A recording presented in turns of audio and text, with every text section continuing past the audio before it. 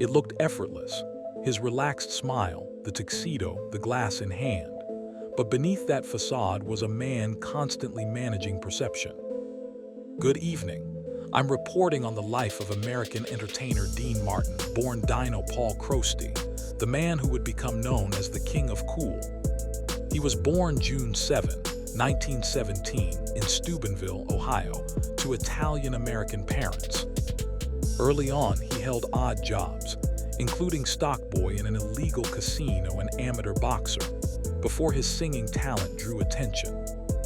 Martin's career took off after he teamed with comedian Jerry Lewis in 1946, forming one of the most successful comedy duos of its time.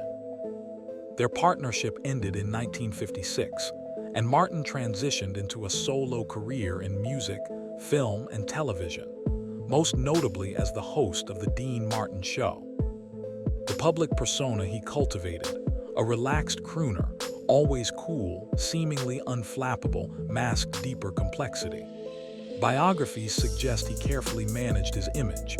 Even his drunk shtick was largely part of the act. So from the outside, everything looked polished. But what was it like behind the scenes? What followed next would reveal cracks in that picture.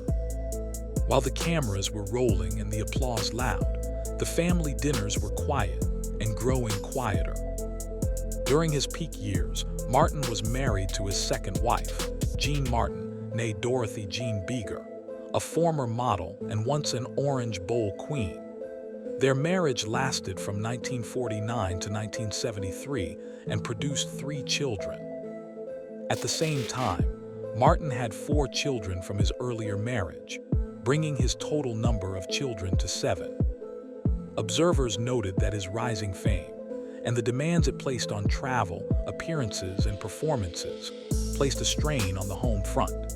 His second wife, Jeanne, appears to have taken on much of the family management role.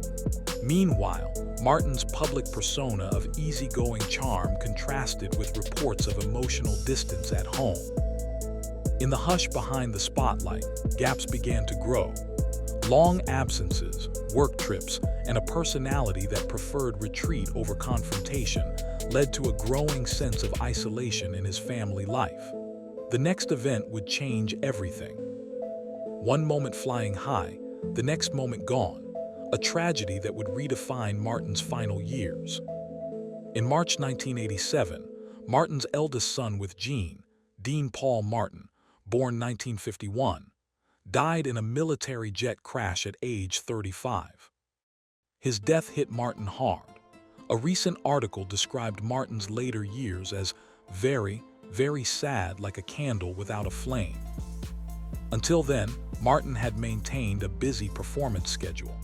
After the accident, reports indicate he withdrew significantly: virtual isolation, fewer appearances, and a heavy emotional toll.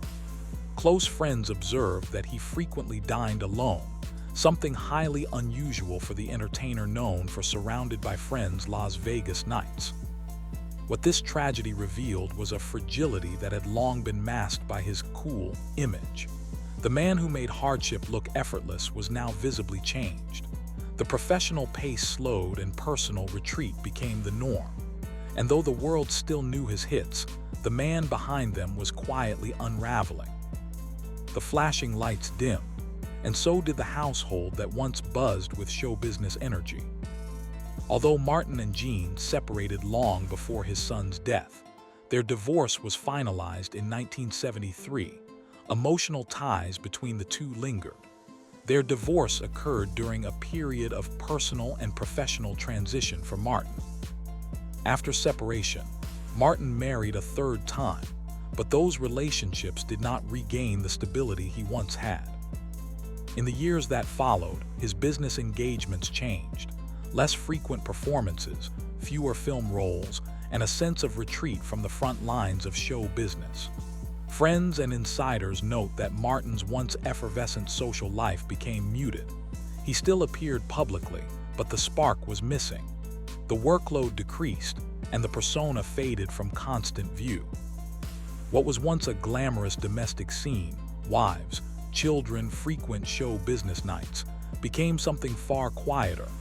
That transition set the stage for his final chapter. The man who sang "Everybody Loves Somebody" spent his final years quietly fighting a battle few witnessed. Martin was a lifelong smoker, and by the early 1990s, he was diagnosed with lung cancer and advanced respiratory disease. Reports indicate he refused major surgery that might have prolonged his life, and from then on his activity declined significantly. Wikipedia. In early 1995, he effectively retired from the public eye. On December 25, 1995, he died of acute respiratory failure at his home in Beverly Hills at age 78. In his final years, friends say he rarely left his home, avoided major engagements, and communicated less. The once carefree crooner appeared to accept his withdrawal. His legacy remained strong, yet the person behind it lived his last days in relative solitude, a stark contrast to his earlier life of spotlight and applause. The juxtaposition is striking.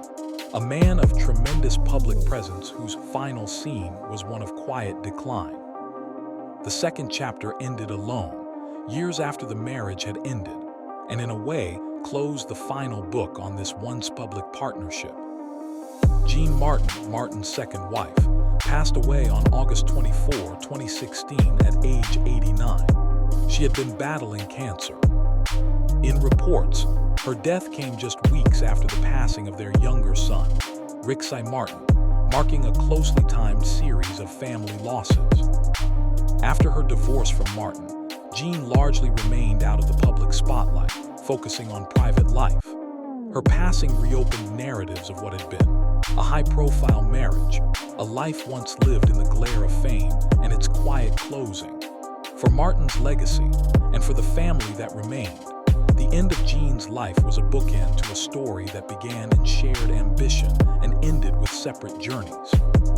It underscores how two people once central to show business glamour eventually faced very human fates, separated, changed, and ultimately alone. His spotlight never flickered on the heartbreak, but the shadow of it was always there. To conclude our report, Jeanne Martin's legacy as one of the most popular entertainers of the 20th century is undeniable. His voice, his style, his easy charm endure. Yet when we look beyond the facade, we find a story of distance, loss, and quiet retreat. His family life, once full of promise, was marked by emotional gaps and tragedy. The death of his son Dean Paul cast a long shadow. His divorce severed a central domestic bond, and his final years were lived in diminished light. Jeanne's passing years later closed a chapter on that era.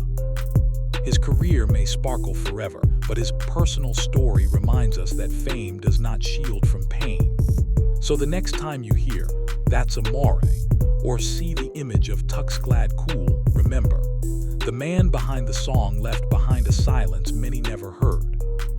Thank you for joining this deep look at a